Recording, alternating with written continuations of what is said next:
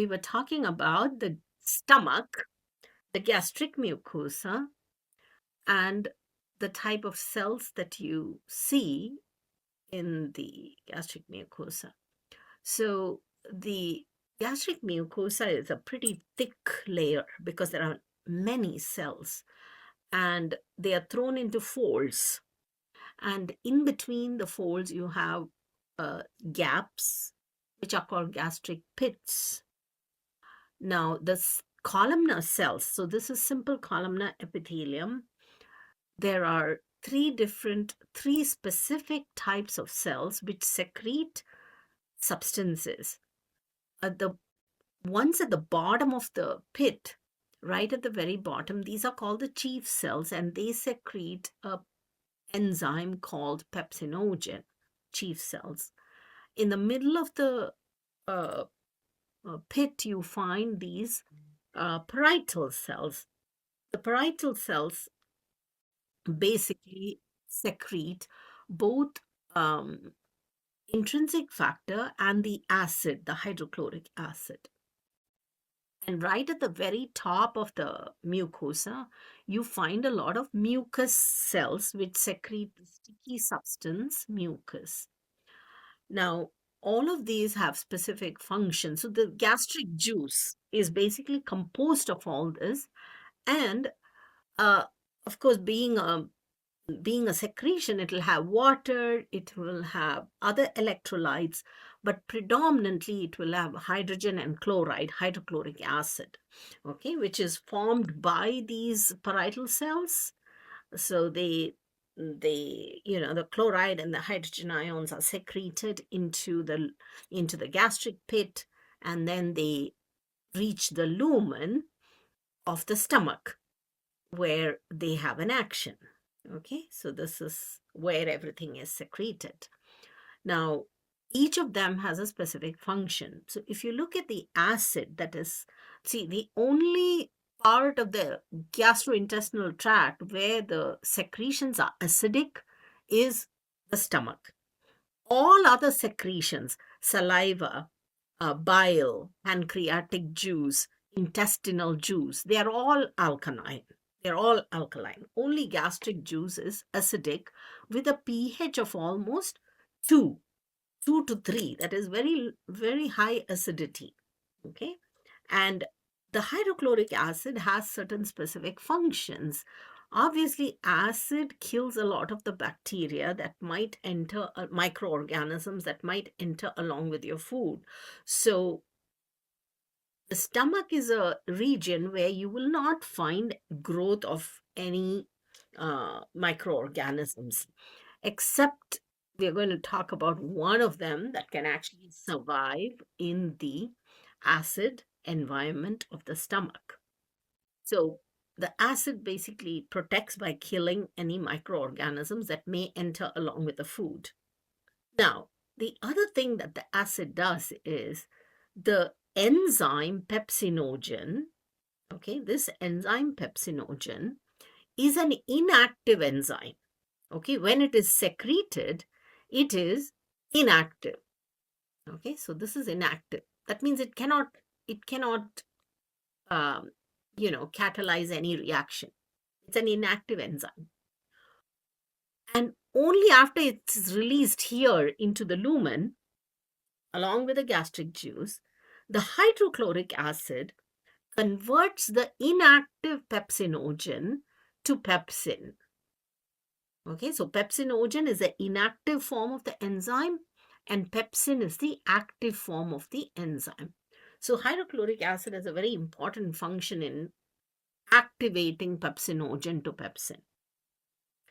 And of course, the acid helps to break down your food particles. And another very important function of hydrochloric acid is it helps to release the minerals from their complex forms.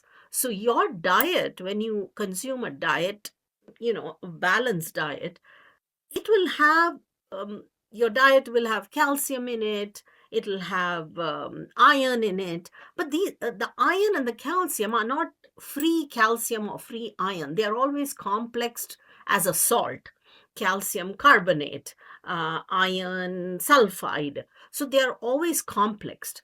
So, in order for your intestinal tract to be able to absorb the calcium and the calcium and the iron must be split from their salts. And hydrochloric acid is the one that splits that chemical bond and releases the iron, releases the calcium from the salts so that they can be absorbed in the intestine, small intestine. Okay, so absorption in the stomach, like I told you last time, it's very, very minimal. Nothing gets absorbed in the stomach except water, alcohol, because alcohol is lipid soluble, it can go through very easily, and some lipid soluble medications. Okay, medicines can go through. But other than that, nothing really gets absorbed in the stomach. So, hydrochloric acid has these important functions. Now, what is this pepsin going to do? Pepsin is the first enzyme that begins the digestion of proteins. Okay, so it breaks down the large proteins into smaller protein chains. That is what pepsin does. So, here, let me remind you, saliva, the salivary amylase begins the digestion of carbohydrates. Pepsin in the gastric juice begins the digestion of proteins. So it doesn't complete it. It just begins the digestion, and a large protein, whether it's animal protein or vegetable protein, is broken down into smaller protein chains. Okay, so that's pepsin for you. And we will talk about this. Why should pepsin be released as an inactive pepsinogen first and only get activated when it comes in contact with the food that is in the lumen of the stomach? There's a reason for that.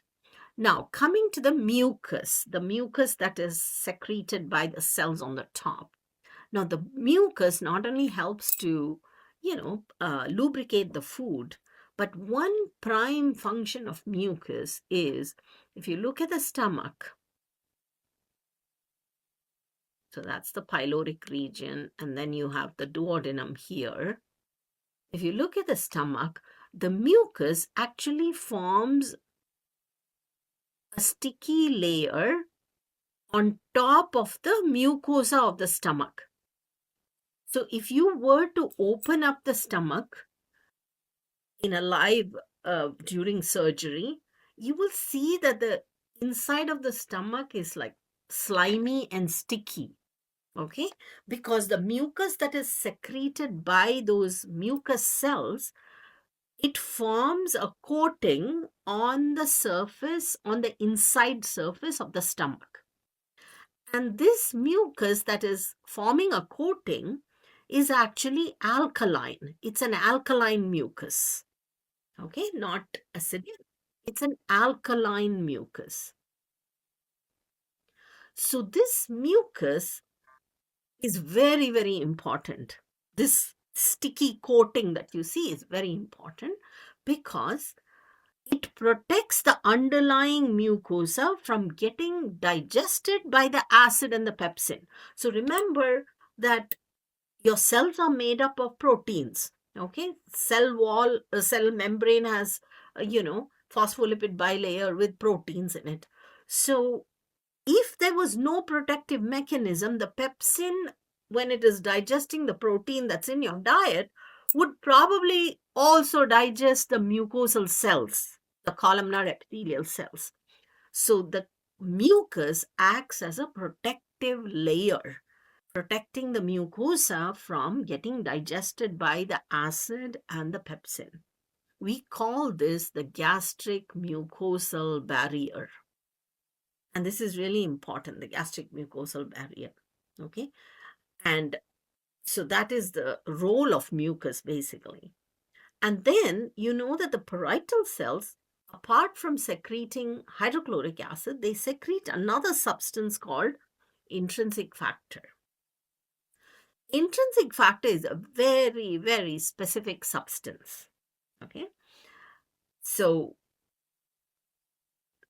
what intrinsic factor does? Intrinsic factor is necessary for the absorption of vitamin B12. Okay, so you can see very specific, not just any vitamin, but vitamin B12. Now, what is vitamin B12 necessary for in our body? Vitamin B12 it is necessary for erythropoiesis, formation of erythrocytes, red blood cells. Remember, vitamin B12 and folic acid are considered to be the maturation factors. So if you remember your blood, you would remember this.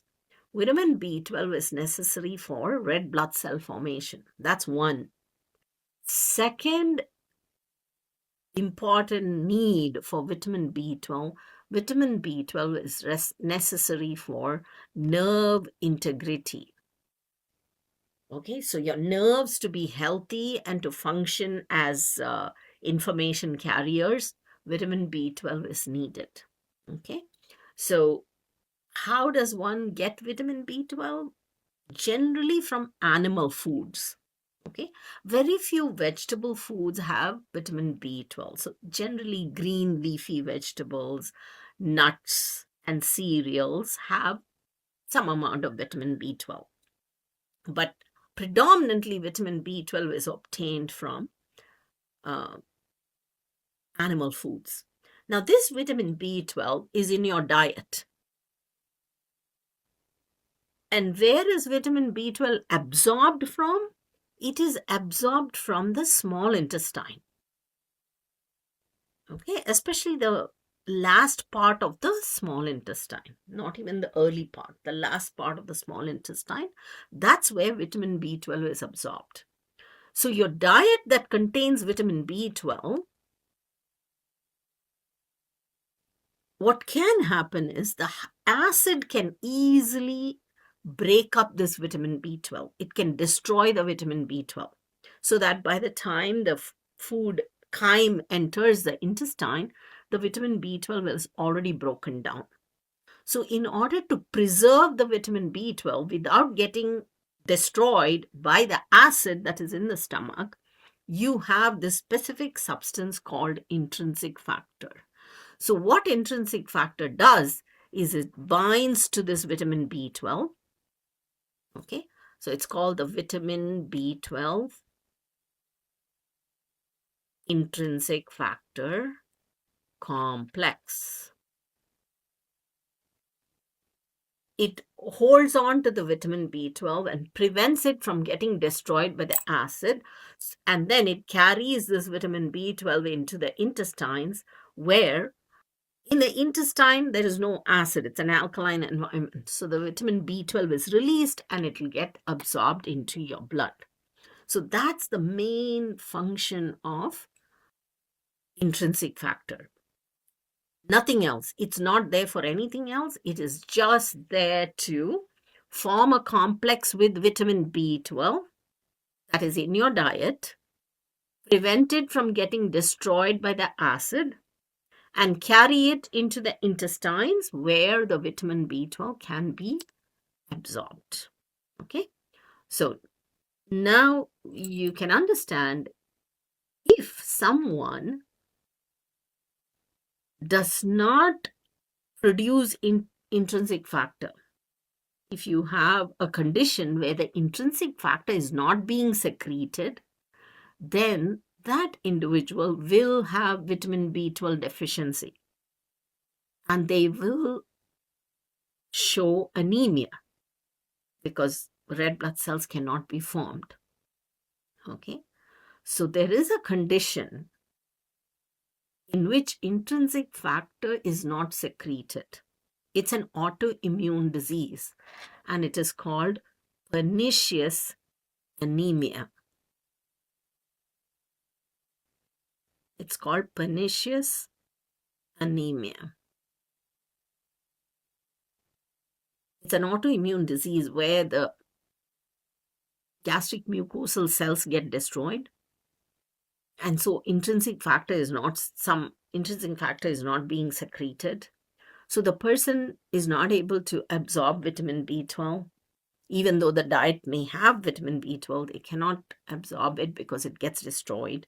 So they will exhibit anemia. So that's why it's called pernicious anemia. So pernicious anemia is due to intrinsic factor deficiency, which leads to a vitamin B12 deficiency.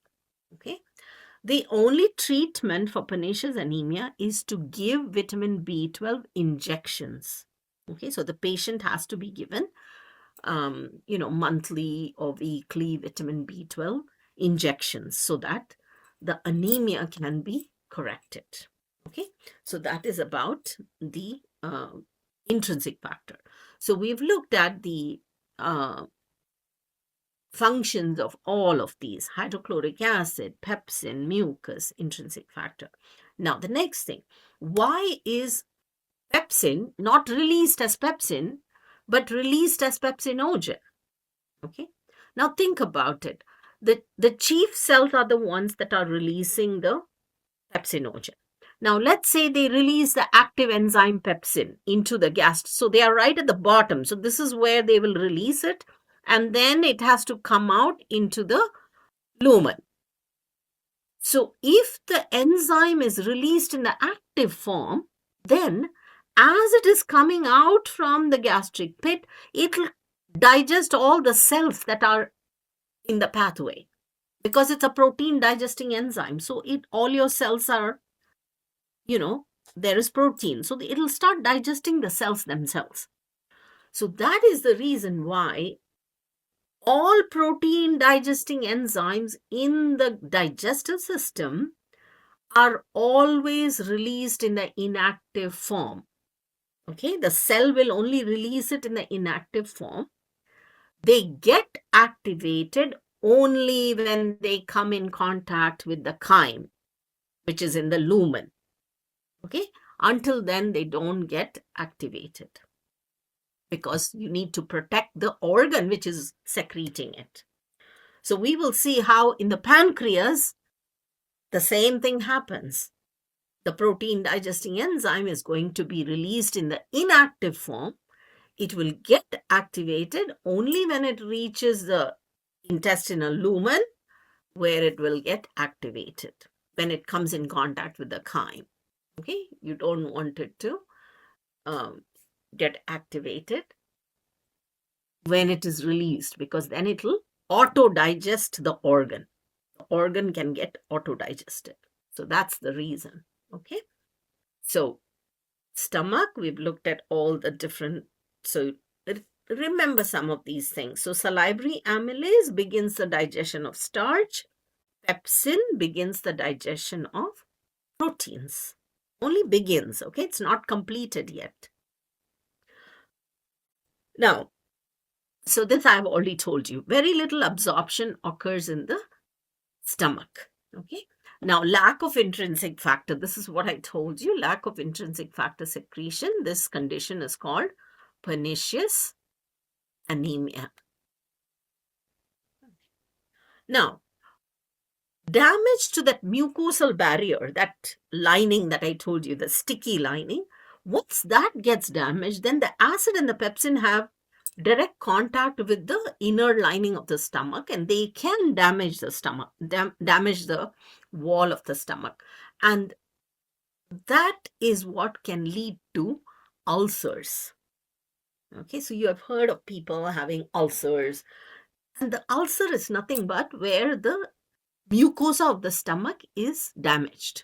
Okay, and why does it get damaged? Because the acid and the pepsin are coming in contact with the mucosa and slowly damaging it, because that gastric mucosal barrier is disrupted. Now, a lot of common practices can disrupt the gastric mucosal barrier, especially drinking too much of coffee, caffeine, okay, alcohol, smoking. All of this can disrupt the gastric mucosal barrier. Some drugs like aspirin and steroids can also disrupt the gastric mucosal barrier. That's why if you ask any person who's taking aspirin daily, it's always advised to take aspirin with a meal, not on an empty stomach. because on an empty stomach, the drug will disrupt the mucosal barrier, and there is a greater chance of ulcers occurring. So excessive alcohol, excessive coffee. Now, when you talk about excessive, 2-3 cups of coffee is not going to do anything. Okay, you're talking about multiple cups of coffee of on a long-term basis can cause disruption of the gastric mucosal barrier, leading to ulcers. Okay, but nowadays, those of you who have done microbiology, you know this. The most commonest cause of gastric ulcers is this infection. Okay, so one of the most commonest reasons for gastric ulcers today is an infection with a bacteria that is capable of surviving in the acid environment of the stomach. And that bacterium is called Helicobacter pylori. The full name is Helicobacter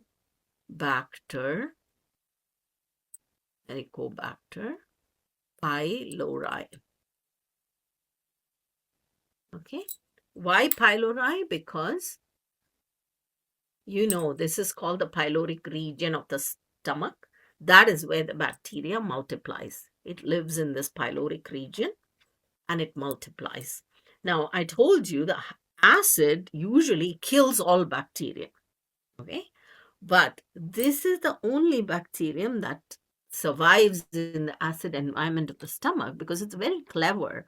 What it does is, although the stomach has acid, the bacteria protects itself by creating an alkaline wall around itself.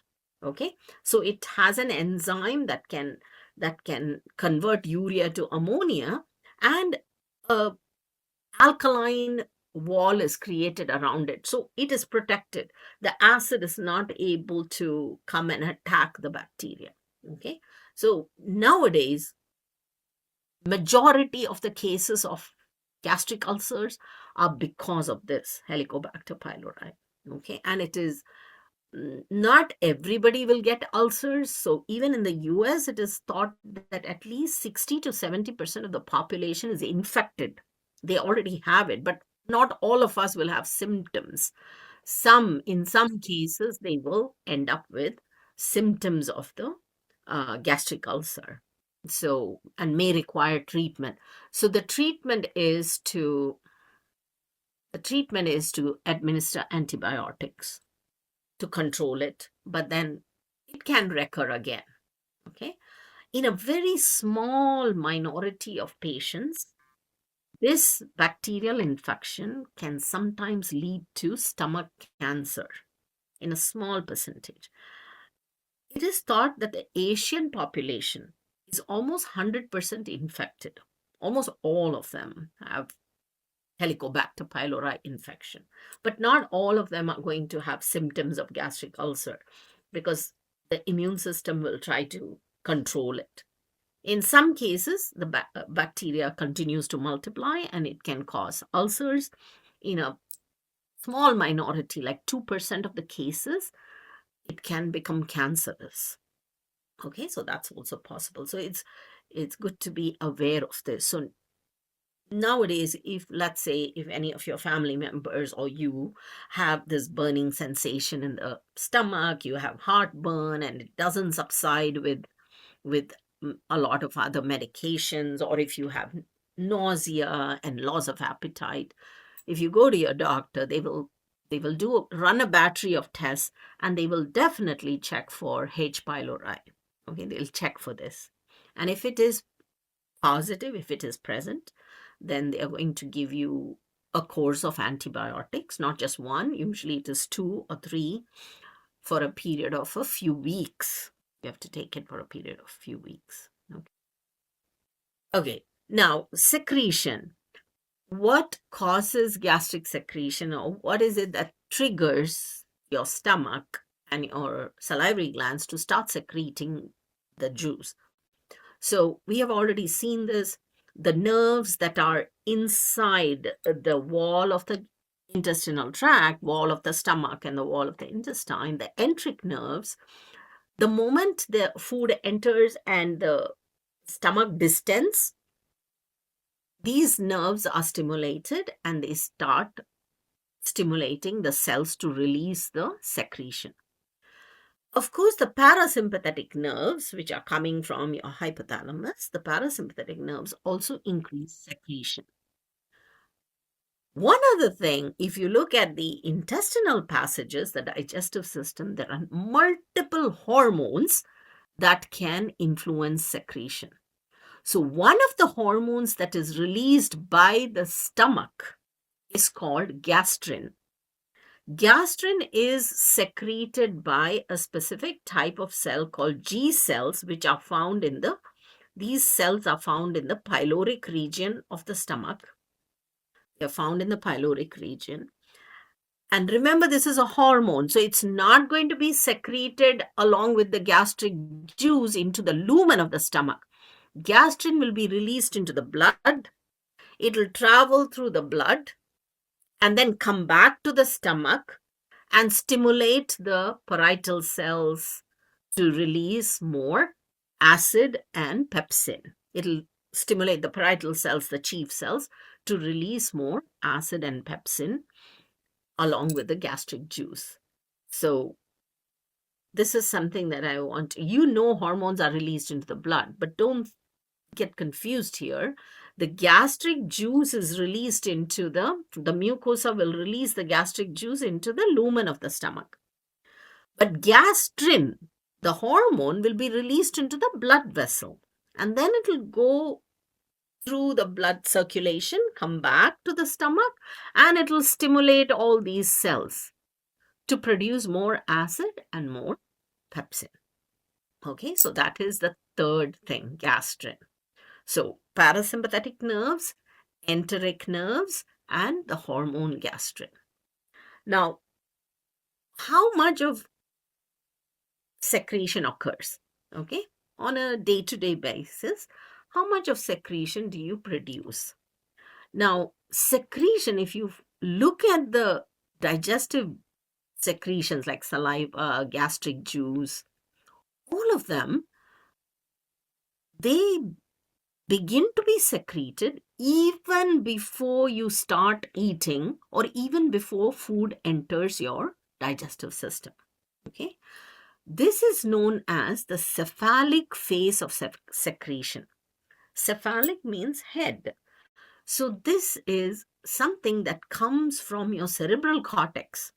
The smell of food, the sight of food, the sound of cooking, okay, all of these will stimulate secretion.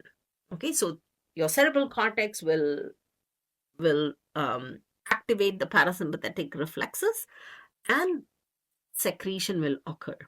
So the cephalic phase begins even before food enters your stomach or your intestinal passages. This is a conditioned reflex. Okay, you're habituated to this.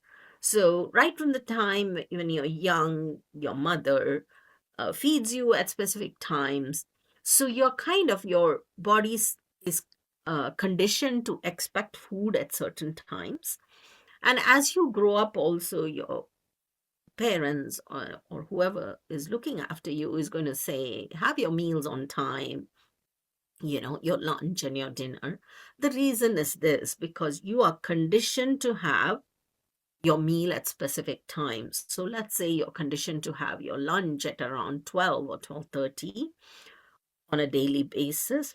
Then on a day when you are not able to have anything at that particular time, your body is already expecting it. Okay, so secretion will begin at about 11:30 or 12. Okay, because you're habituated to that. But when there is no food there to act on, that is when the acid and the pepsin can act on the mucosa and cause ulcers. So that's one of the reasons why your elders at home always tell you, have your meal on time. Okay, do not delay it too much. Don't have haphazard timings for meals. That's the reason, because you're conditioned. Your body starts secreting these juices in anticipation of what is coming. Okay. And then comes when the food enters the intestinal passages, the presence of food and the distension of the stomach and the intestines because of the chyme that is there, that also increases secretion. So that is called the gastric phase. So when food enters the stomach and the stomach starts churning it and blending it, that also increases secretion. And then even after the food is emptied into the small intestine, there is a little bit of gastric secretion that is still occurring, okay, which kind of completes the process. So a lot of secretion occurs during the cephalic phase. Okay, almost 40 to 50% secretion occurs here. Okay, another maybe, roughly about uh, let's say around 40 to about another 30 to about 60% occurs here, gastric phase. Okay, so almost equal. So even before food enters, there is secretion, and then after it enters, there is still secretion. Intestinal phase is very less, about 5% of secretion occurs during this phase. Okay, so all your secretions are like this, whether it is salivary or gastric or intestinal, it is the same thing. Okay, now we get to the pancreas. Now, the pancreas is a very, very important organ because it has the pancreatic juice, has enzymes for digesting every type of food, all types of food. Okay. Now, the pancreas is located, it's a leaf shaped gland located behind the stomach. It's behind the stomach. And then you have this pancreatic duct through which the secretions enter the duodenum. Okay, this is the first part of the small intestine. This is where the um, this is where the pancreatic secretion enters. Another thing that enters the duodenum is bile from the gallbladder. So there are two things that enter: bile, okay, through this. This is called the common bile duct. Where's the the common bile duct, okay, which brings the bile from the gallbladder into the duodenum. And then you have the pancreatic duct, which brings the pancreatic juice into the duodenum.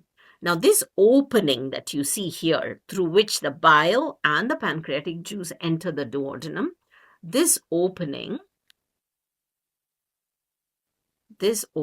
is called the hepatopancreatic opening. Hepatopancreatic. Hepato stands for liver, that is bile, and pancreas, pancreatic. So this is called the hepatopancreatic opening, which brings both the bile and the pancreatic juice into the duodenum. Okay. Now, remember, the duodenum receives the chyme from the stomach. Okay. So the chyme that is coming from the stomach is acidic. It is acidic. So you need to protect the duodenum as well from the acid. So the duodenum also, just like the stomach, the duodenum also has a mucus barrier. So if you open the duodenum, you will see the sticky mucus lining the duodenum to protect the mucosa of the duodenum from getting damaged. Okay, so the duodenum also is lined by a mucus layer to protect it from the acidic chyme. And you have to, the pancreatic juice will enter the duodenum, bile also enters the duodenum. So one thing to remember is maximum digestion and absorption. Maximum digestion and absorption occurs in the duodenum and jejunum. Maximum digestion occurs in the duodenum and in the jejunum. Okay. Ileum is the last part. So I hope you, let me show you that. So this is the duodenum. And then the duodenum continues as the jejunum. And then the last part of the loops, these are the ileum.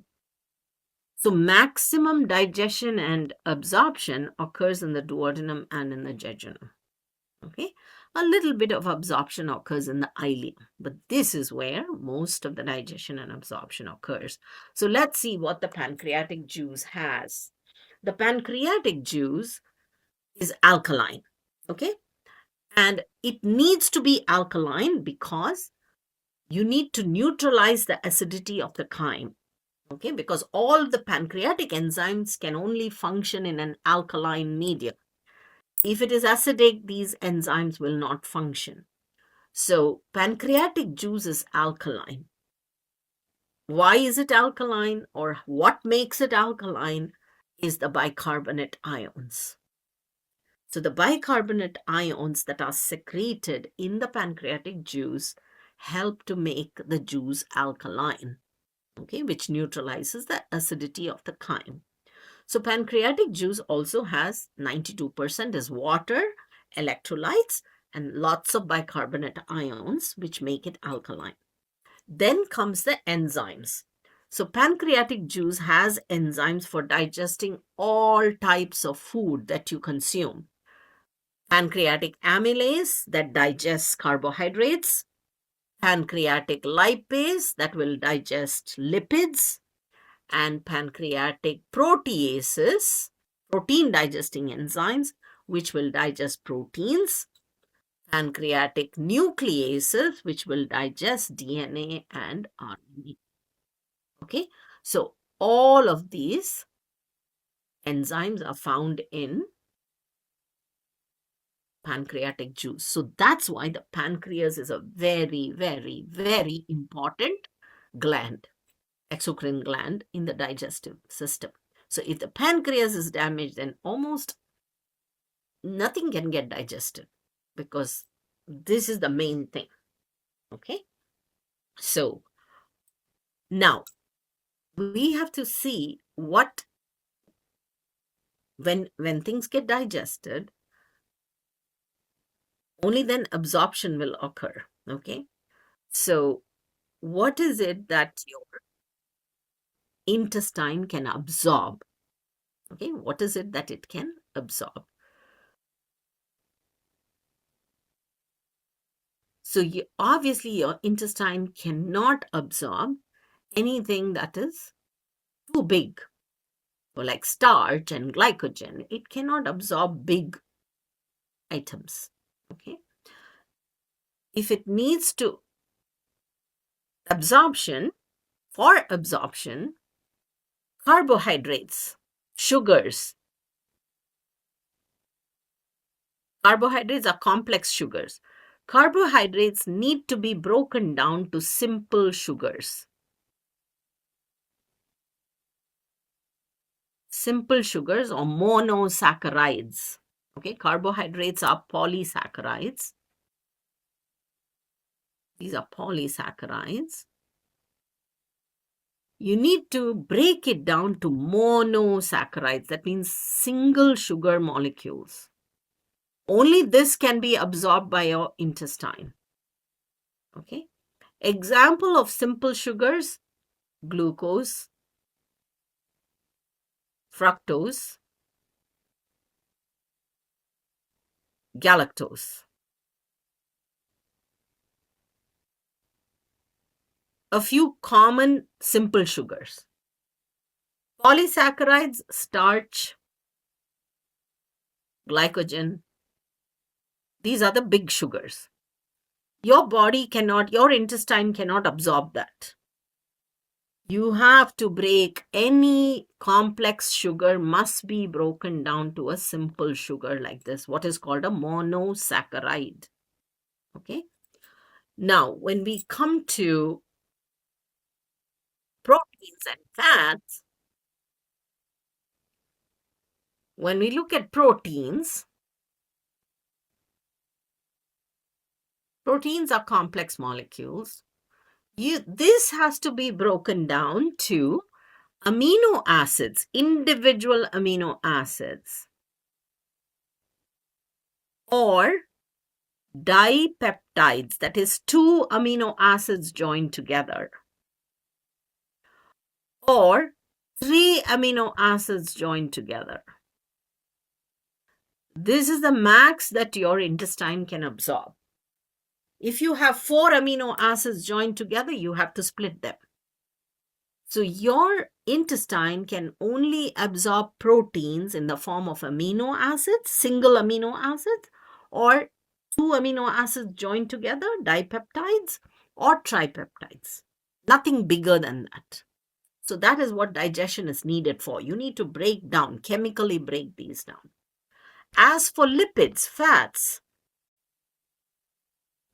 okay, lipids are most of the lipids that we consume are triglycerides.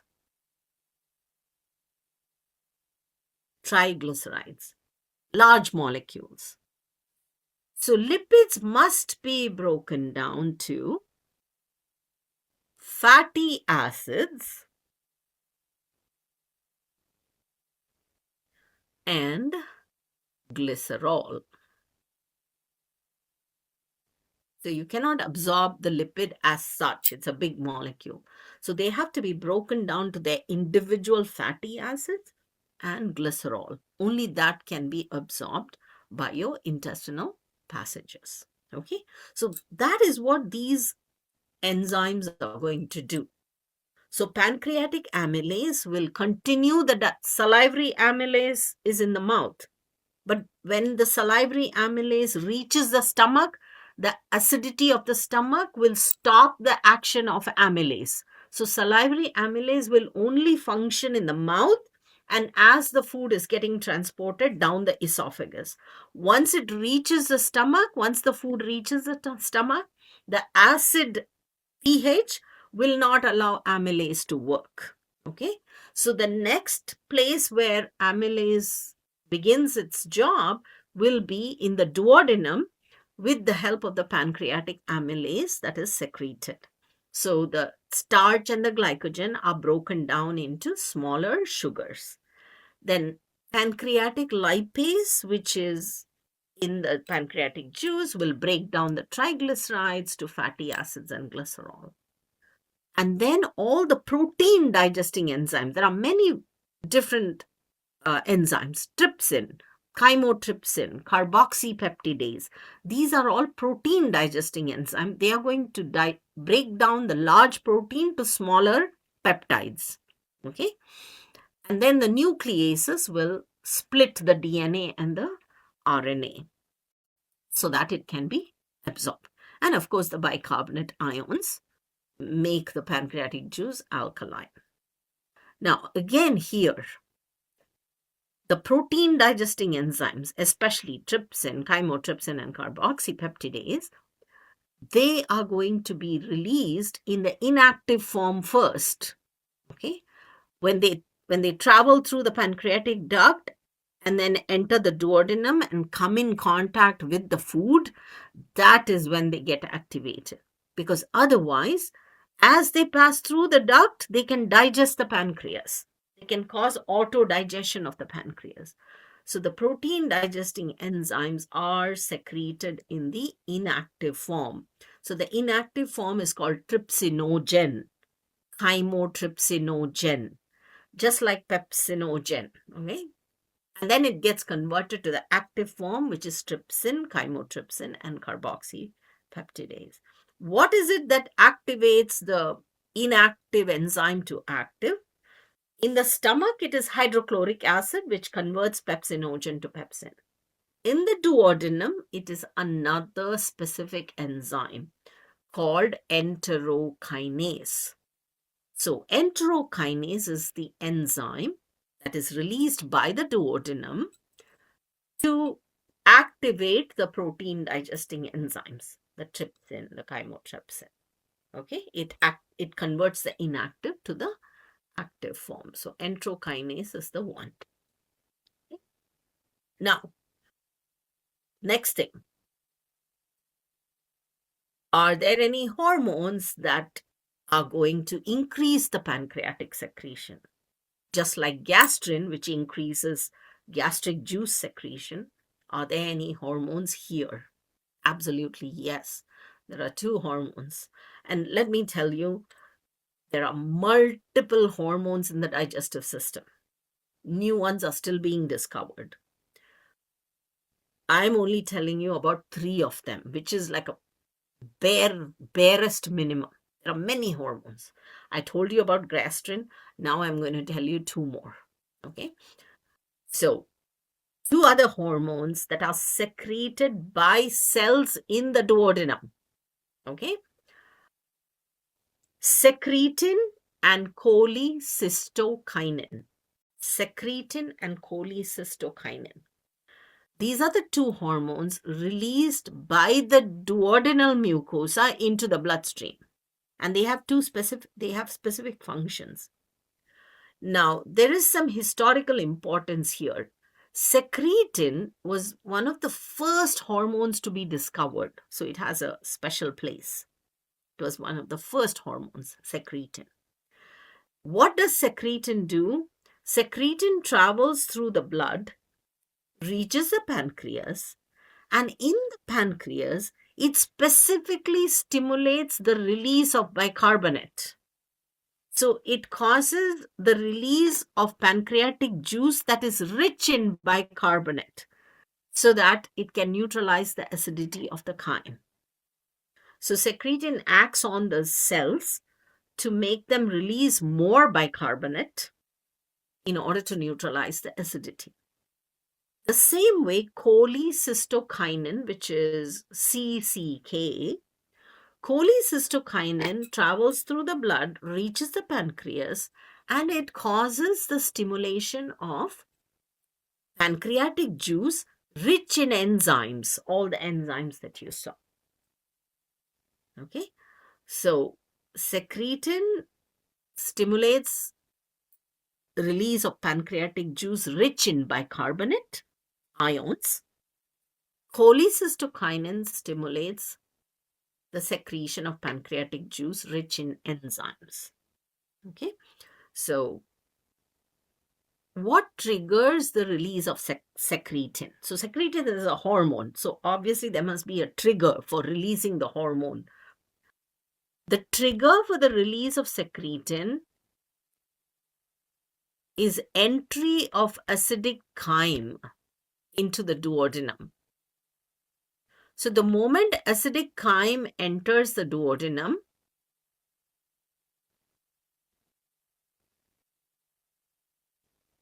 secretin is released.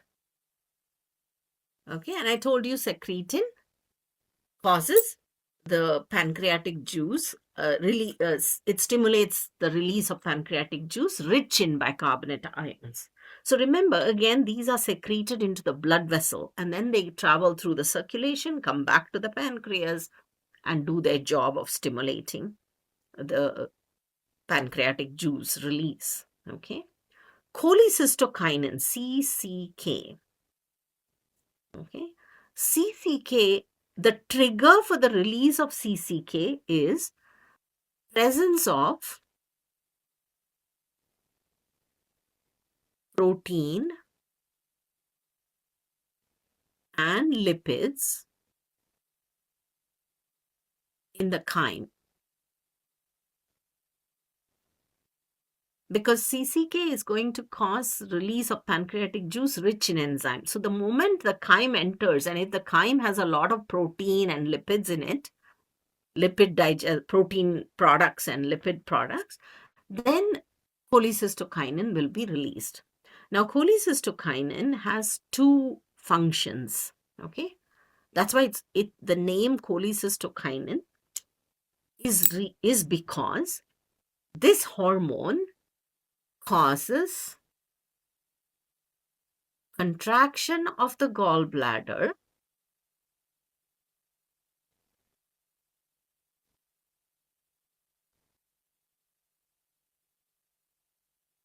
and release of bile into the duodenum. So it causes contraction of the gallbladder, and bile is also released. That is why it's called cholecystokinin. Cholecyst is the anatomical name for the gallbladder. Okay, so cholecystokinin. It causes contraction of the gallbladder so that bile is also released into the duodenum. And the second action of cholecystokinin is to stimulate the release of pancreatic juice rich in enzymes, which I've already told you. So there are two. Secretin has just one function, to cause release secretion of pancreatic juice rich in bicarbonate. Cholecystokinin has two actions. One is to cause contraction of the gallbladder and release of bile into the duodenum. And second, cause release of pancreatic juice rich in enzymes. Okay, now let's look at bile. What is the action of bile? So bile is a secretory substance that is made by the cells of the liver, and then it is stored in the gallbladder.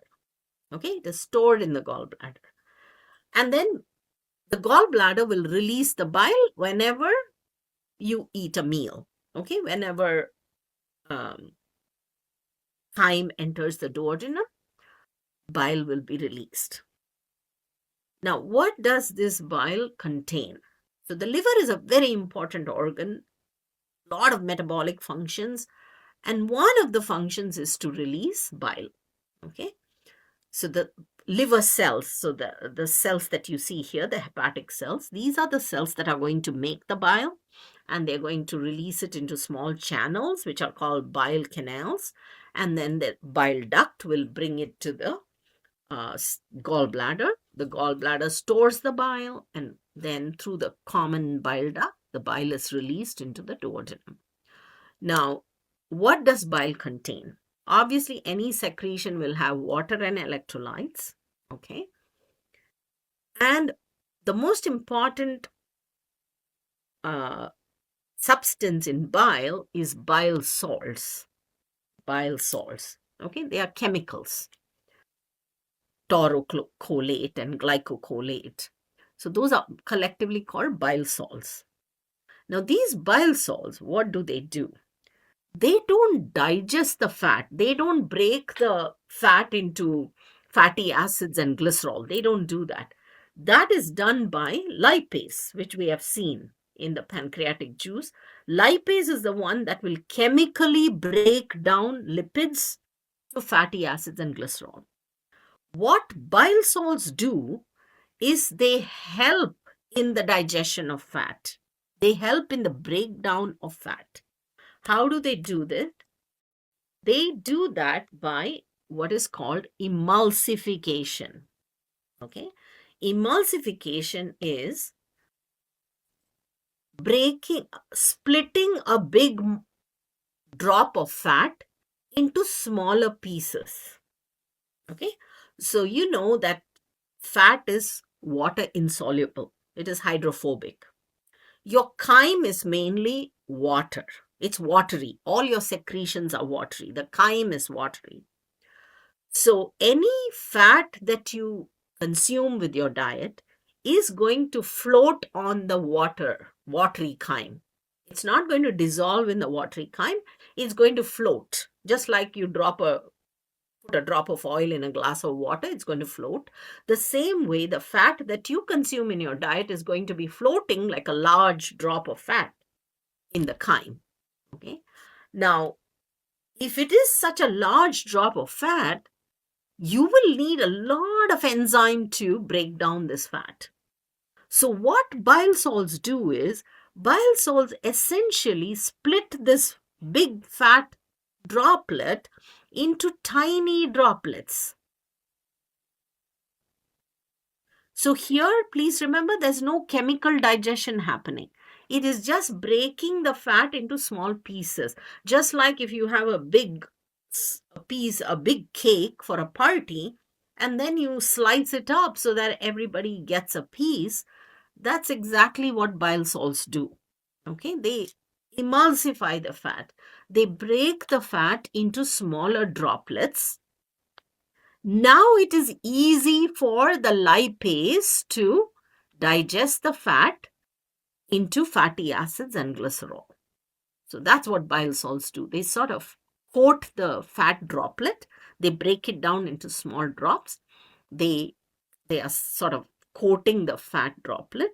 Lipase will then act on it.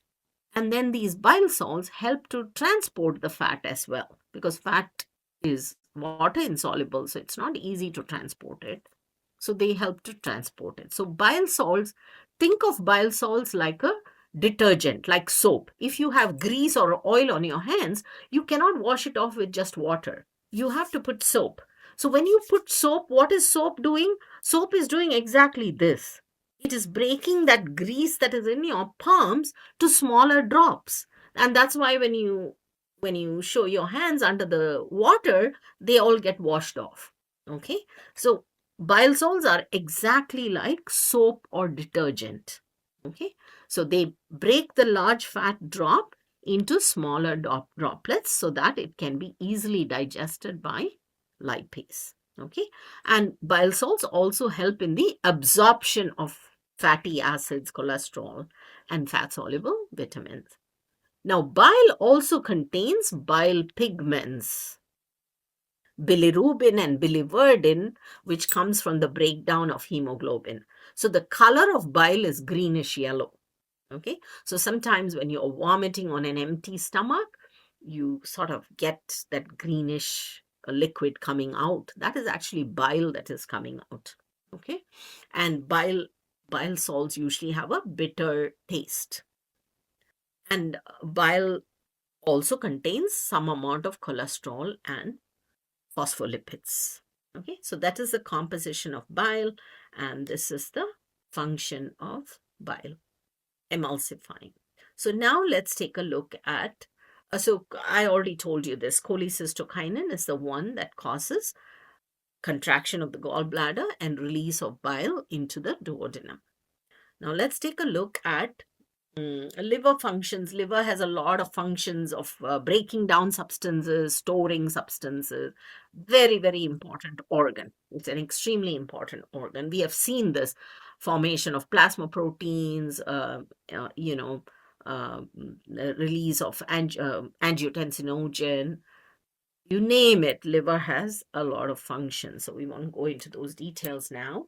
So let's look at so we are almost coming to the end of the class. So another 10 minutes and we should finish this. The intestine, the microvilli, the tiny hair-like projections in the villi, they also contain enzymes. Okay, they contain digestive enzymes which are going to complete the digestion. They're going to finish off. So most of the digestion occurs in the duodenum because of the pancreatic juice and the bile.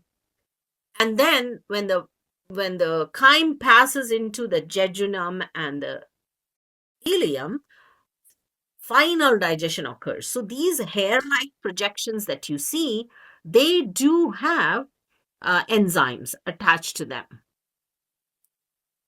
Okay. They do have enzymes attached. So what are those enzymes? Final digesting enzyme, peptidase, which can break down the final, small proteins into amino acids. And then enzymes which will play a role in digesting the sugars. Okay.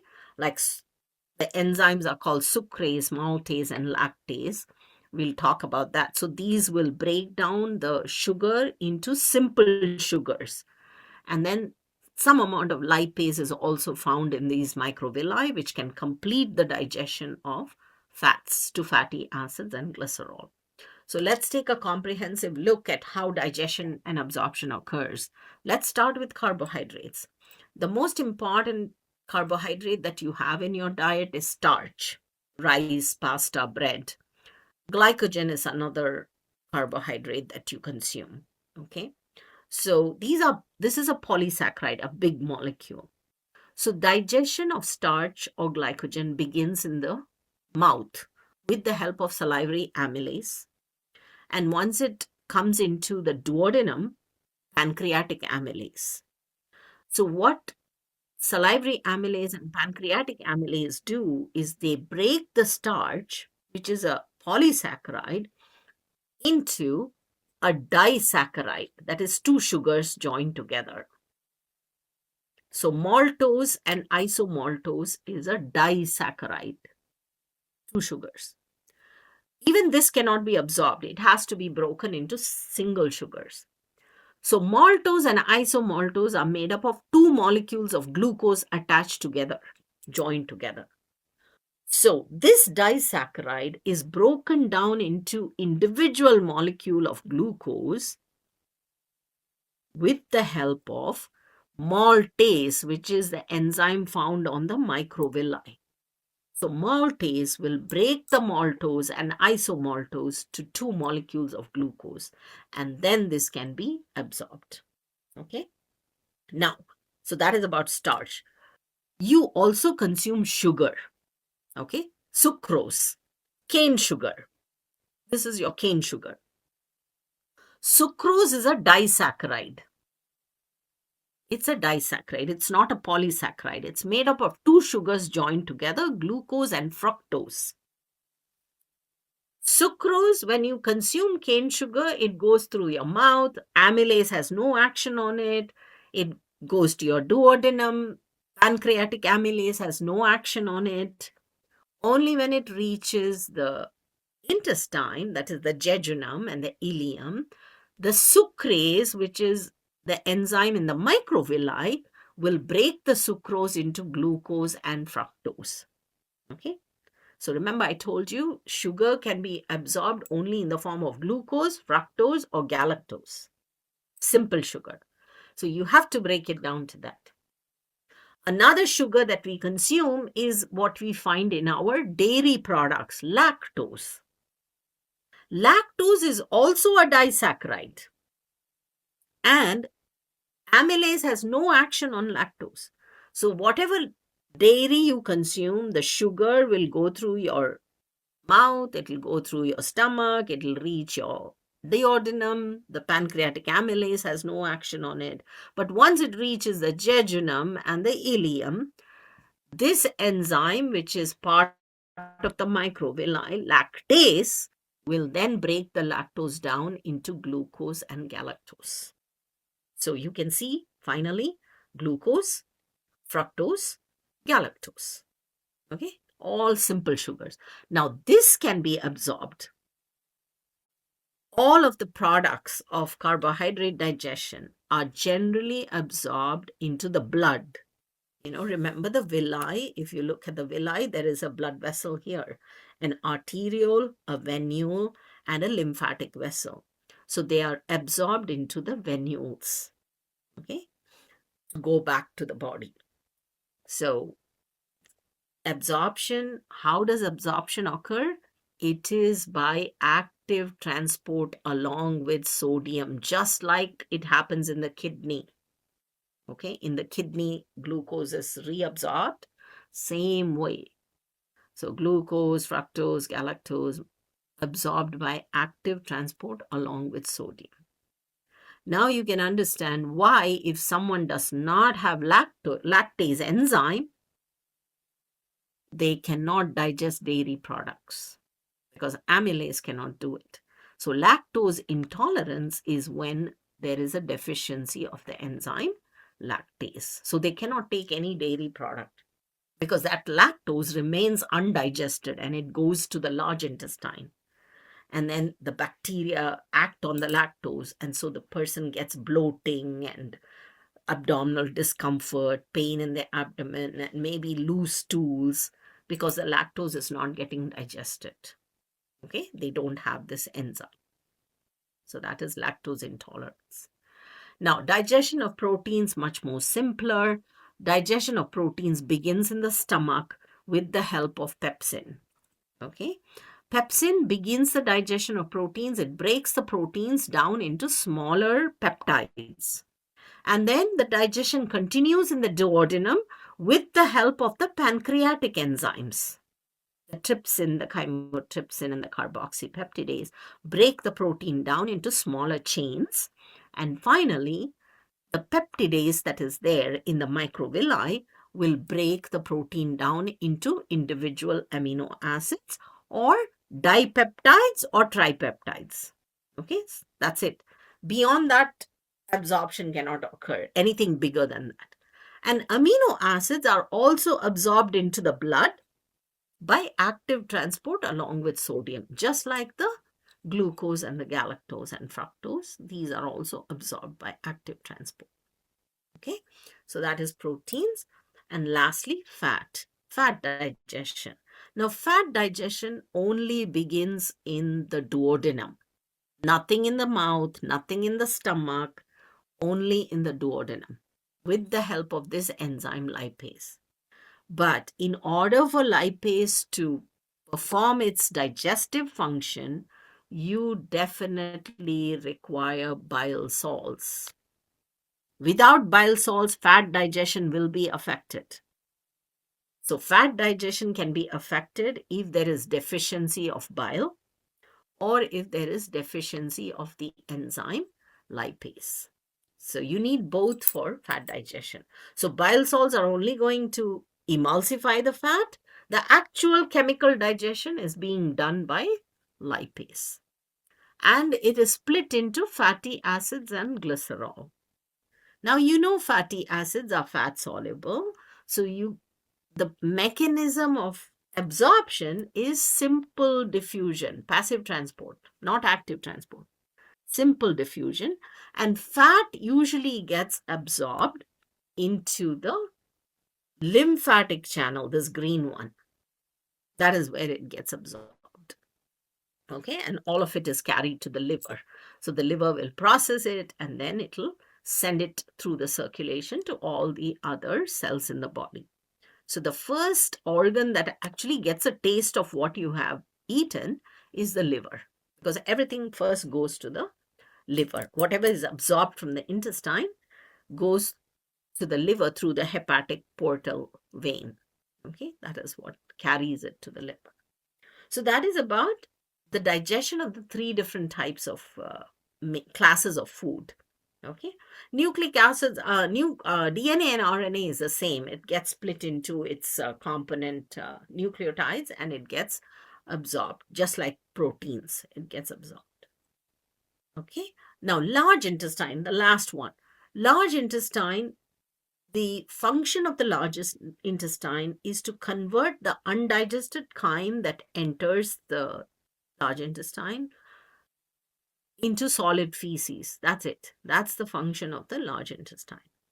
Now, the large intestine, hardly any digestion occurs there. No digestion. The only thing it absorbs is water and electrolytes. Okay. And the large intestine has a lot of goblet cells that secrete mucus because you need lubrication. For the feces, you need lubrication so that it can pass through the large intestine. Otherwise, it's very difficult. So only water and electrolytes are absorbed in the large intestine from the undigested chyme so that it can be converted from a liquid to a solid feces. And one of the most important functions of the large intestine is it houses the bacteria, the good bacteria. So there are lots of bacteria that live in your large intestine and they actually provide you with vitamin K. So most of the vitamin K that you need for the blood clotting process comes from the bacteria that are living in your large intestine. Okay. So the main function of the large intestine is to form the feces. What does feces have? It has water, it has electrolytes, it has mucus, and mainly the major bulk, of course, it will have these bacteria also, which are going to be thrown out in feces, but they keep multiplying, so they are there. Most important component of feces is the intestinal cells. So you see the duodenum, the jejunum, and the ileum as the chyme passes through the simple columnar epithelial cells, they are replaced every 2 to 3 days. Okay? There are stem cells that replace those columnar epithelial cells. So you're actually, all the dead cells will be coming out in the feces. So it's like your intestine wearing a new tunic or a jacket every 2 to 3 days. Okay, it changes. The simple columnar epithelial cells are shed and new cells are formed with the help of stem cells that are there. Okay, and of course there will be bile pigments in it, which gives the color to the feces. And one important undigested material. Can you tell me what this is? When you consume food, what is it that does not get digested, especially in plant food? Cellulose. Cellulose. Cellulose is the uh, carbohydrate. It's actually a carbohydrate, which makes up the cell wall of plants. The cell wall of plants is made up of cellulose. So we do not have an enzyme to digest cellulose. Okay. So the cellulose goes through your intestinal passages and enters your large intestine. Okay. And then gets excretes, defecated out. And cellulose is the one that provides the bulk to the feces. Okay. So when you consume plant food, when you consume fruits and vegetables, defecation is an easy process. Okay, because there is bulk and the cellulose also holds water. So it's easy to pass feces.